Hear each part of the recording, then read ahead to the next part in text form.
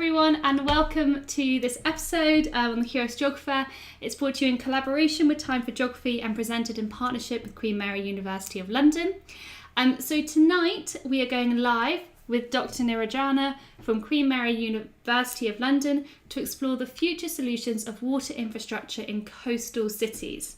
So we're going to explore the growing popularity of desalination to increase water supply and household access, and we're going to be linking to two main places, but kind of also thinking about it globally. So linking to Chennai in India and also talking about London in the UK. So I'm going to pass over to Niranjana. If you can start by telling us, what does your research focus on? Hi, Ali. Thank you so much for having me on in this, program. And and thank you for that question as well. So I am an urban and environmental geographer. That's a pretty obvious description, of course. But for the last 10 years or so, since I started my PhD, I've been looking primarily at water in cities. So this could be, the most common way in which we encounter water in cities, especially in London, is or in the UK in general, is as water that comes in our taps, right? And water infrastructure, which is what I started looking at for my PhD, is also thought of primarily as the thing that's piped and that which comes in taps. But as you will see in the slide here in the top left picture, water infrastructure is something that also comes up in many different forms. As in these, for example, are pictures from Chennai, and what you have here in the picture is a backyard pump which pumps water from the ground, and in-house storage for water, which is where the water goes when you pump water from the ground, or a terrace storage, which is the black tank that you see there. And the last one in that picture is actually a desalination, like a household desalination plant. And we'll get to it a bit later, in our chat on like how exactly that works and how that is actually what we end up seeing at a bigger scale for city level supply as well. But I've not been looking at water only as that which comes in taps, or even water infrastructure as that which we use for drinking in our houses or for other uses in our households, but also water in its many forms in cities. So one of the pictures there you will see is also of like a marshland, a wetland where migratory birds come in the city of Chennai. And you can see that's happening right in front of this, like IT park, an information technology park that's getting developed. So I've also been looking at water in cities as that which feeds urban development in many ways, but is also getting destroyed in the process of urban development. And for example, looking at migratory birds gives you a way of thinking about water in a global sense from a particular city as well. So this is why I found water quite fascinating to consider, because it's not only about water often, it is also about all the different things that water connects to. So my most recent project, in fact, I've been thinking about seawater. But seawater, again, is not just water. Seawater, as we all know very well, is also the source of delicious seafood, right? So water has also allowed me to start looking at seafood and the lives of fishers, the work of fishers as they go about catching the seafood for us. And it's also allowed me to branch into this, growing subfield, I would say, called food geographies. And that's something that I've been thinking about more recently as well, through water. Brilliant. And it seems like so wide in terms of your research. So as you were kind of just mentioning the kind of like food geographies and our oceans, but then also thinking about those like global ecosystems and migrating birds to kind of urbanization, and then also maybe climate change, how that's impacting it. So kind of hugely diverse and super interesting. So like we're going to kind of dive into a small kind of part of your research. And one place that you have investigated is Chennai in India. So what are the factors that shape Chennai's water flows? So Chennai, as you can maybe see in the map in front of you, is a very it's a city that has a glut of water bodies. It's a coastal city. It's a low-lying, marshy city almost. Of course, you don't see the marshes except in specific places these days because most of the city has now been built up, often over water itself, as I just mentioned. And often this kind of building urban development is also destroying the very water bodies that it's been built on. But as you can see from that map again, the interesting thing about Chennai is that it is so full of these water bodies, and they are what used to be formerly irrigation tanks. So they are called aeries or airy in the local language there, which is Tamil. So this was a system of gravity-based system of water flow, water engineering that was constructed in the pre-colonial times in this, not just in the city, but in the entire southern part of India. So the southern part of India, if you are not familiar with it, it has sort of it slopes down from a plateau all the way to the sea, both on the west and the east, and Chennai is on the east, which means that when rainwater flows down, you needed a way to basically channel it in the way that cultivators, agriculturalists really wanted it at that point of time. So this was a system of water bodies that was designed in that sense. But it's not only that you see in Chennai. You also have, like I said, marshlands, wetlands, three rivers, and their estuaries. So it's really a rich and complex water system that you have over there. Um, the other picture that you see is of the coast of the of the iconic Marina Beach in Chennai, as it's called. It sounds a bit tautological that it has a name called Marina Beach because it had like this formal marina constructed in the late 19th century by the colonial administration then. The interesting thing again about the way the sea itself shapes water flows within the city. Yes, there are estuaries, like I said. I mean, and it's because it's a coastal city that you have these wetlands and marshlands, because at the end of, near the coast, you always have these features. But the sea itself affects the city in other ways. And this is how it does that. It's not very evident from the picture, but the thing that really constituted the city of Chennai as we know it today is the Chennai port, which was built during, it was a colonial port, and that's what made this, coastal area into a city. So it's a colonial city in that sense. But what happened when the port was constructed is that it disrupted the way currents flow in the ocean. So that means that sorry, that means that there's a north to south flow of not only water but also sand that happens along the coast. And a physical geographer will probably able to explain this much better in technical terms. But the way I understand it, it is that just like how we imagine water currents, there's also a flow of sand. And when a port is built, the water can continue to flow around it, but the sand basically gets blocked. So which means that there is simultaneous sand accretion and erosion on either side of the port.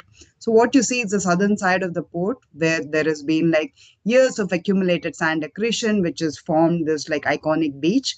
Whereas if you go to the northern side of the port, you would see that it's been heavily eroded, and you need like continuously groins and so on to keep the land from getting further eroded and to protect settlements and so on. So this is how the oceanic water flow itself has also shaped the city literally morphologically in many ways.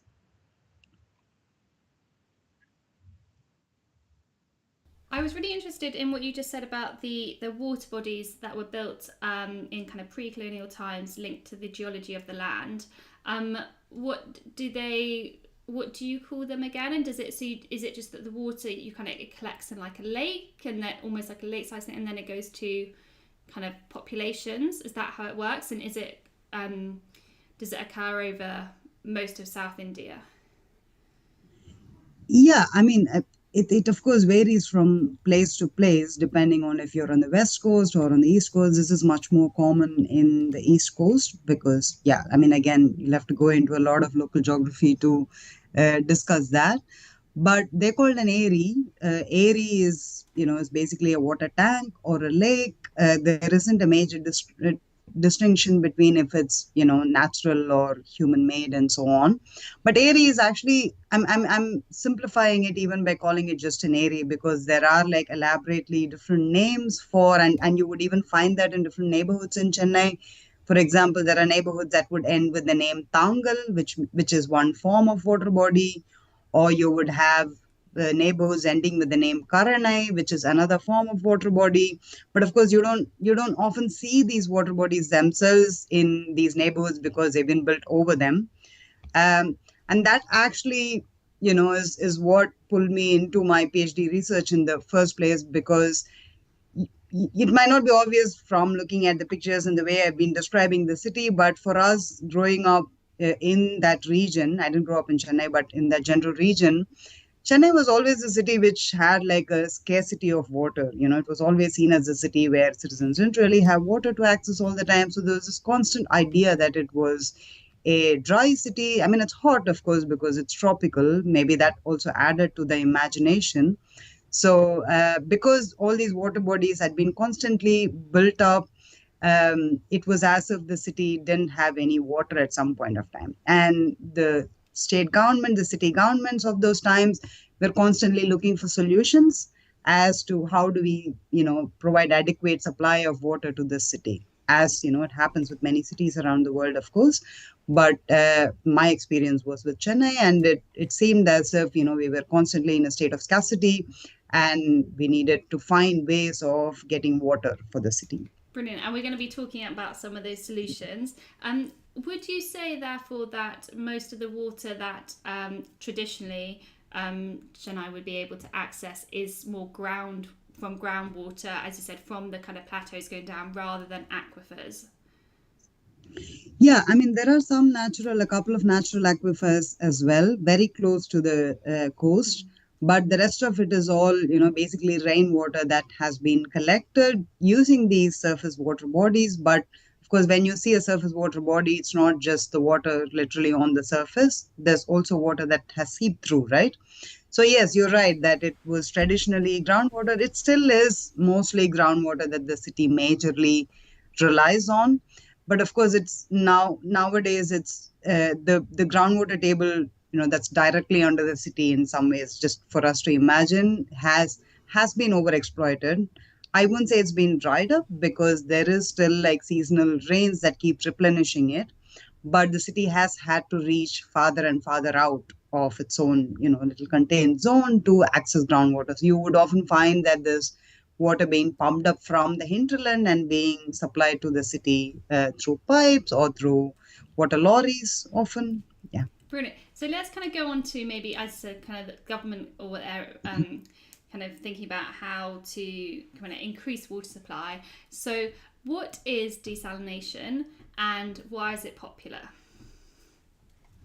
Yeah, as you can imagine, for a city that was on this coast and which had this, like, bright blue sea right at its doorstep, and which seemed to be having a scarcity of other water. And I keep stressing that it seemed to be because, like I just said, there wasn't an actual scarcity of water, but, it was because of the building up that it had happened. It seemed like seawater desalination was an obvious choice, right, to turn to. And this is a technology, seawater desalination is a technology that's been thought of for years.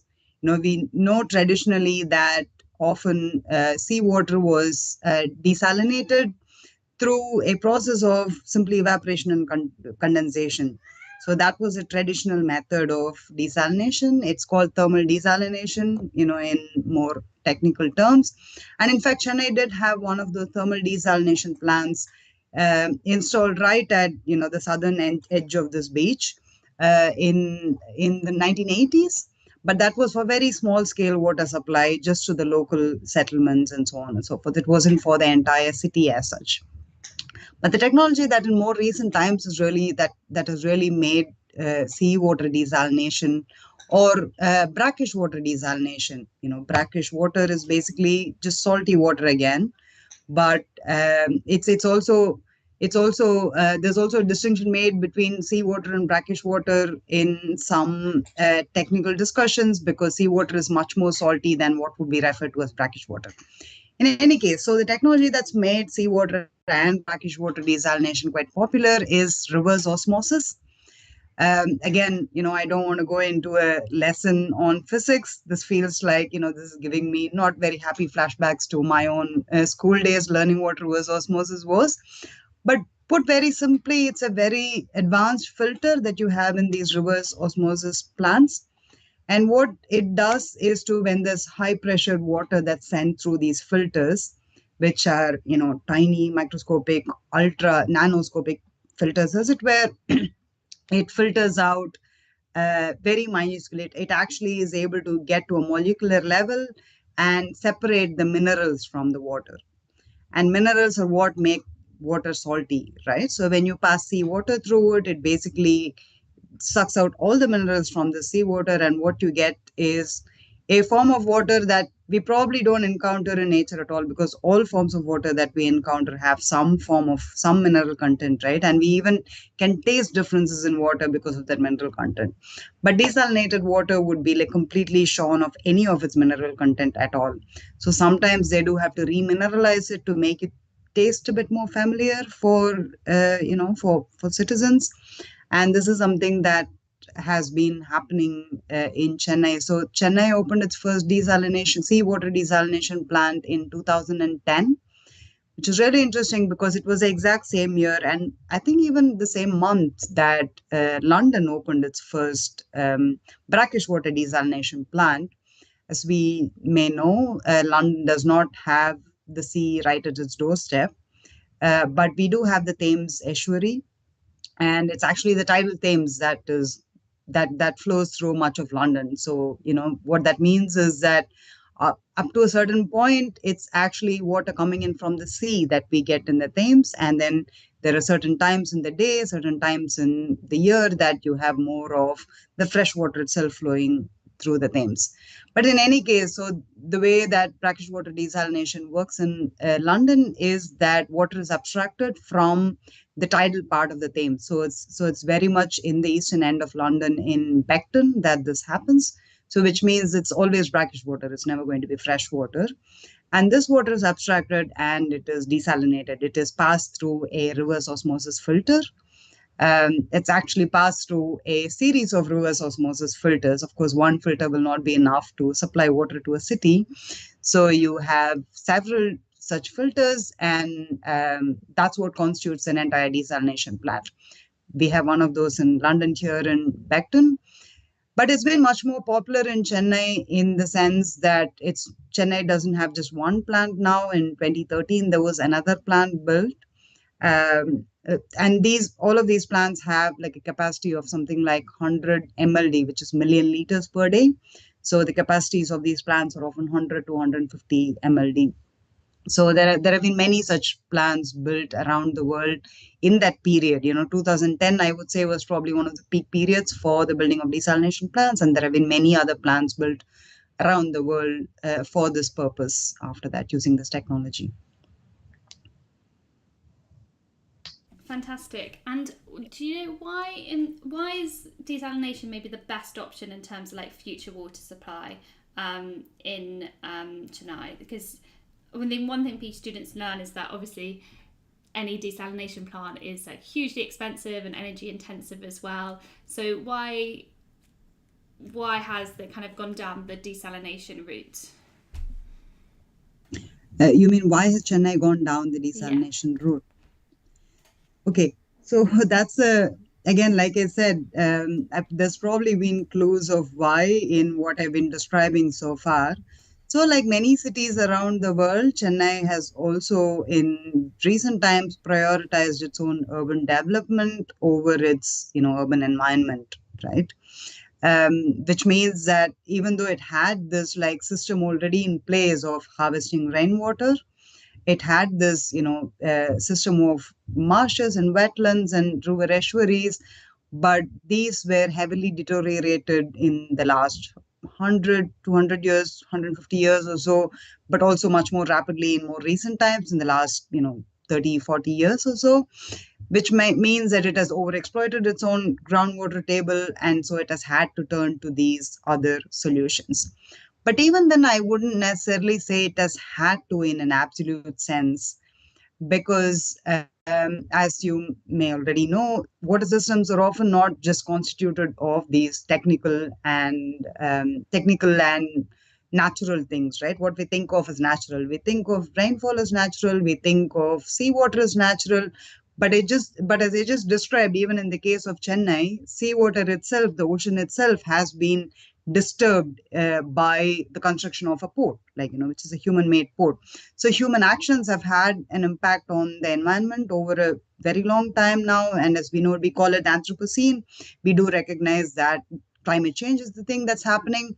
So similar to all of those, concepts that we understand in the abstract at a global scale, if you zoom in on just a city like Chennai, you will find that because of these human actions, there's also been certain forms, certain solutions to water supply that have been valued more than other uh, possibilities, let's say, right? So, for instance, one something that environmental activists in the city, or even for that matter, civil engineers would often say is that the only way that the city can really become sustainable with respect to water is by reviving some of these tanks, or by thinking about ways of building waterways that can replicate some of these systems, or can think more innovatively with rainwater and seawater and so on and so forth. But of course, when you have a technology like desalination, which becomes very popular at a certain point of time, which becomes something that is heavily marketed by technology companies at a certain point in time, state governments, city governments turn to that as sort of an easy, quick fix solution. It's called techno solutionism. And many geographers have talked about that. I don't know if you have that map of the global dispersal of desalination in place. So, as you might be able to see in that, desalination suddenly became so popular that it was built all over the world. You can see dots in different parts of South America, in Australia, which again, is seen as this dry place, so very apt for desalination.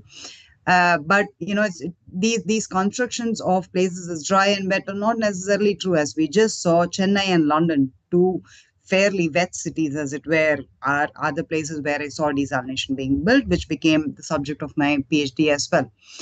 So I would say that it is not necessarily that um, I wouldn't say that there are necessarily verifiable reasons, or like reasons why desalination is appropriate for Chennai or for London for that matter. It was a combination of the social, political, and economic factors that culminated in desalination plants being built in these cities. So one of the maps again is one that shows how there are in fact only a handful of companies which have been building these desalination plants around the world. And these are both these maps are from articles written by geographers. They're not only geographers, they would probably also describe themselves as political ecologists. And this is something that we study at university level geography, where political ecology is a way of looking at environmental change, ecology as we know it, not just as something that happens because of natural factors, but also because of social and political factors, as I've just been describing. So if you go further into these pictures that show drought in Chennai, so like I've been saying, Chennai is a city of water bodies, but it is often depicted as this place which is dry, which is parched. These are seasonal water bodies, so they will dry at certain points of times in the year. And the way to think about the sustainability is think about these places as these cities as sustainable cities would also be to think about how we can make use of the seasonality of water bodies itself, right? But because we tend to look at a dry lake bed and think of it as, oh, this place is parched, it's drying up of water, which means that then we start looking at all of these other solutions for water supply.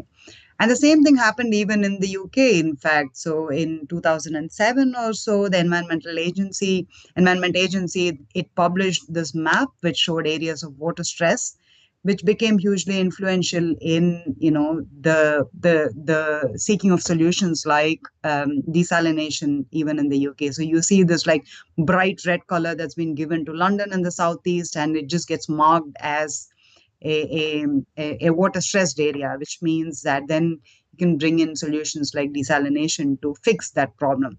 Whereas what might really be needed is to think more long term in terms of how we conserve water and so on and so forth, or how we fix leaks in the case of the UK, for example.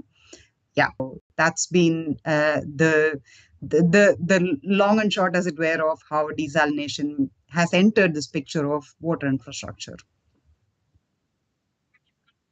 And I thought what was really interesting is actually looking at that map, which only has a few companies that have like really driven it as well. So kind of as you kind of mentioned, it's kind of like 2010 was probably like quite a big push. It's kind of like the dam building era in like the 1950s. Like everybody was kind of building dams and hydroelectric power as well. So kind of it's interesting how that kind of politics kind of sways kind of what solutions there are. What are some of the issues then with desalination? Yeah, that's a really good question because, like, if I'm saying all of these things about, we should think more long term, more sustainably, then like, why should we not build desalination plants? I mean, they are like any other technology, so it's not to particularly demonize desalination in any way at all. But if you consider primarily desalination much like dams, you would find that there are lots of issues with it, of course. One of the reasons it becomes popular, it becomes easily adapted in many places. The reason it becomes a techno fix is often that it's quite easy to install just on the coast, right? Like it becomes this thing. It's not even like building a dam, and that a dam actually requires heavy engineering over a long term in a particular place. But these are just actually filters that can be installed in any coastal area, or even on brackish water, as we've seen in London. But one of the things that's often, I mean, we know that desalination is energy intensive. So that did become a flashpoint in the case of London, for example. But the reason why it is also seen as easy in places like Chennai is because the ocean, the coast is often seen as an uninhabited space. It's seen as a space where nobody really lives. It's not a land that anyone owns. It's even thought of as an environmentally vulnerable place, and hence people can't live there. And hence you can build a desalination plant in almost like a very circuitous logic. I don't know if you can see this picture of a effluence coming out of a desalination plant that I've shared. That is from Chennai.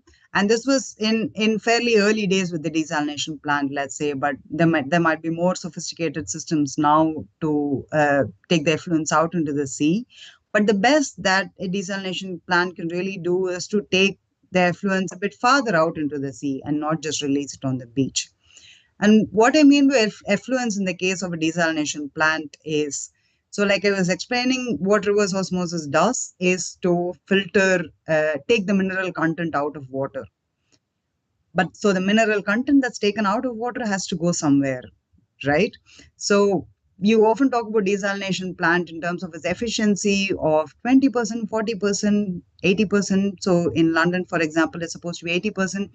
What that means is if you take in, say, 100 liters of water, then you're able to use about 80 liters of it as like potable water at the other end. That would be an 80% efficiency, but it's very rare for a desalination plant to achieve 80% efficiency. It's often more like 40% with continuous use.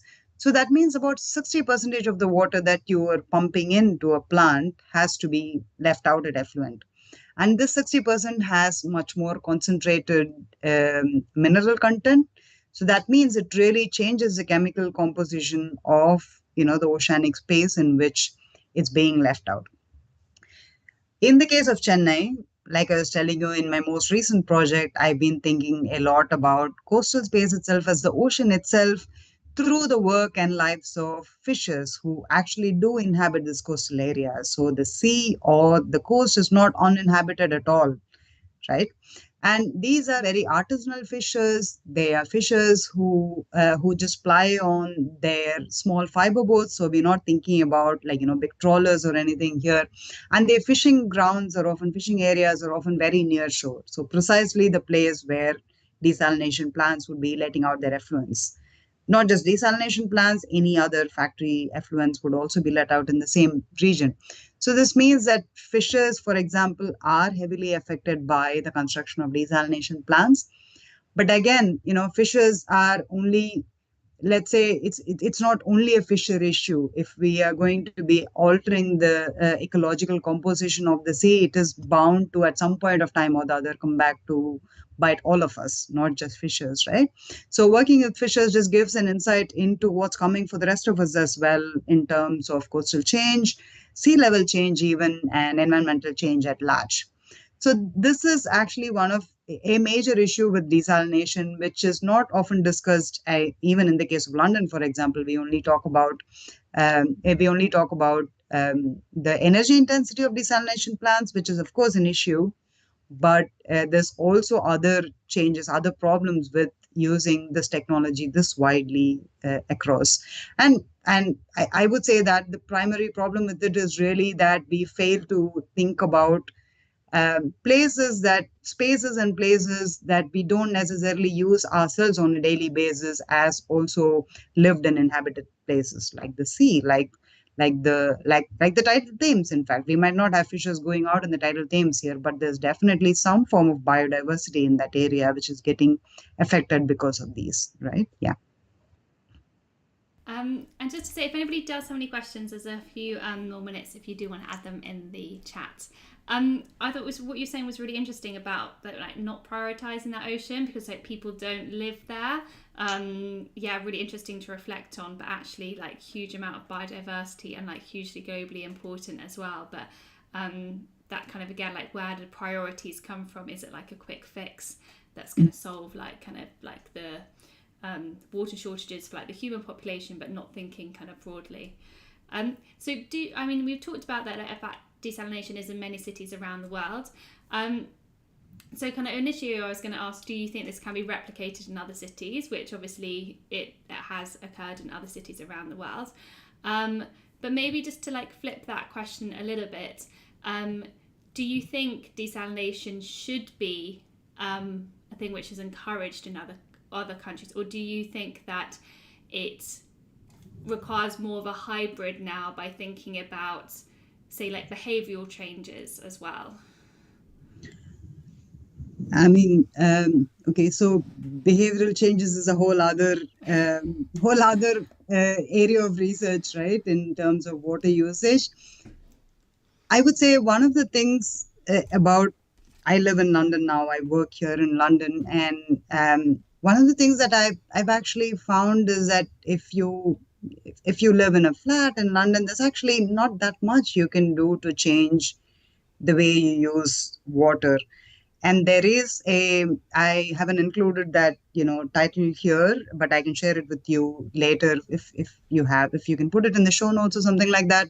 Someone named Zoe Sofolis, who's probably also a geographer, has done this research in Australia to show how water companies are always encouraging people to use lesser water, conserve water, but our infrastructures actually don't allow us to do that much conservation, in the sense that we all have mostly flush toilets, we all have showers and so on, and household bathrooms, toilets are constructed in a particular way. So it's not that easy for an average person to be really able to conserve that much water. Sure, we can do things like, turn off the tap while you brush your teeth and don't leave the water running and that sort of thing. But that's not a huge amount.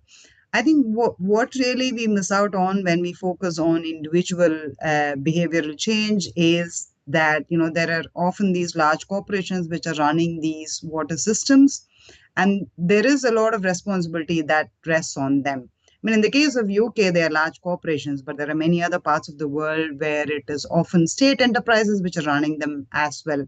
So I think the onus is really on the planners of these water systems to also think about how to manage the systems in a more sustainable way.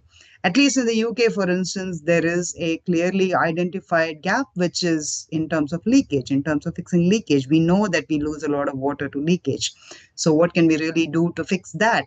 So maybe what we might really do as more engaged water users is to engage with these issues and actually hold not just water companies but planners at large responsible for or accountable for these changes that we really require in the way we use and conserve water. And do you think that as technology improves over time, the negative impacts you were saying of desalination, they can be reduced? Oh, that's probably true. Again, I'm not really a desalination engineer, so I would be hard pressed to answer that. There are a couple of titles that I can, so we can only look at history to see, how things might change or improve in the future. So there are a couple of books that I have, the titles of which I've shared with you. One is called Parch City, which is it's quite an accessible read by someone named Emma Jones, and they're really tracing the evolution of water systems in the UK in general.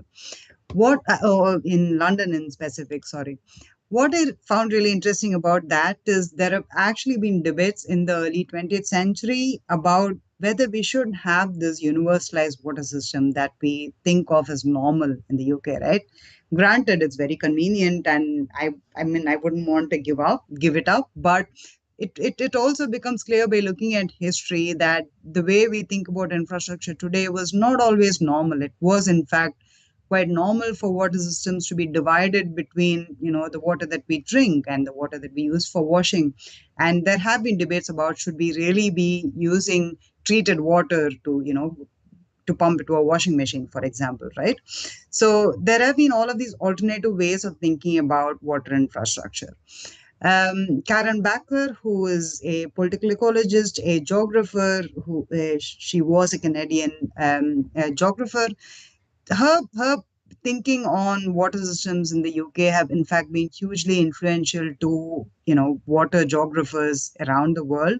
So she's done like a pretty complex analysis of not only water systems from a technical point of view but also from a governance point of view in the UK. And and as the title there says, it's an uncooperative commodity, right? Water, we can try and do lots of things with it, but there are the way environmental change works and the way water changes along with the environment is often something that we don't have a lot of control on. So I think really thinking about water as an aspect of nature and how we can really think about not just use technological solutions but to think about it holistically as part of the environment is really where we should be beginning when we start thinking about water. I just find this topic really interesting. I could keep asking you questions, but it is coming to the end of our interview. So, one final question we like to ask all our guests is how did you get into your current career? And do you have any advice for students taking their next steps? Mm. I am a I mean, I love geography. I've grown fond of geography now, but I was not a geographer to begin with. I worked as a journalist in Chennai, and that's how I learned about all of these different issues to do with water and geography in general. In fact, geography was not a big discipline in India where I did my undergraduation. It is quite a significant discipline in the UK, and I've grown quite fond of it. So what I might so when I applied to do a PhD in looking at urban water, it turned out to be in the Department of Geography. That's how I came into the department of. That's how I came to be a geographer.